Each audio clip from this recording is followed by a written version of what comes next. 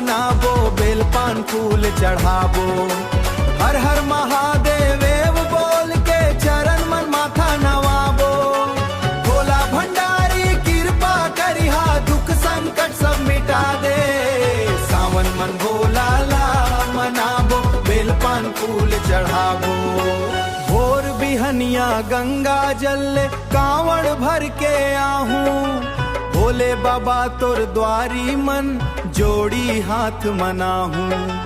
धूप दीप आरती जला के जय जयकार लगावो।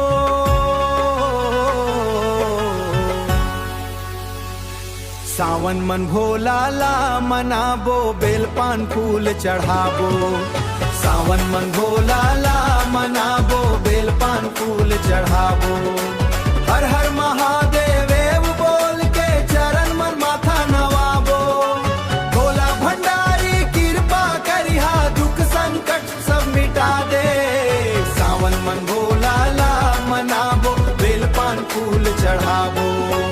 जटा में गंगा माथे चंदा, गले नाग के माला। नंदी संग विराजे शंकर, त्रिपुरारी रखवाला।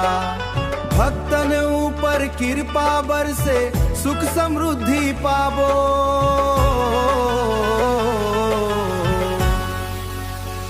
सावन मन भोला ला मनाबो, बेलपान फूल चढ़ाबो।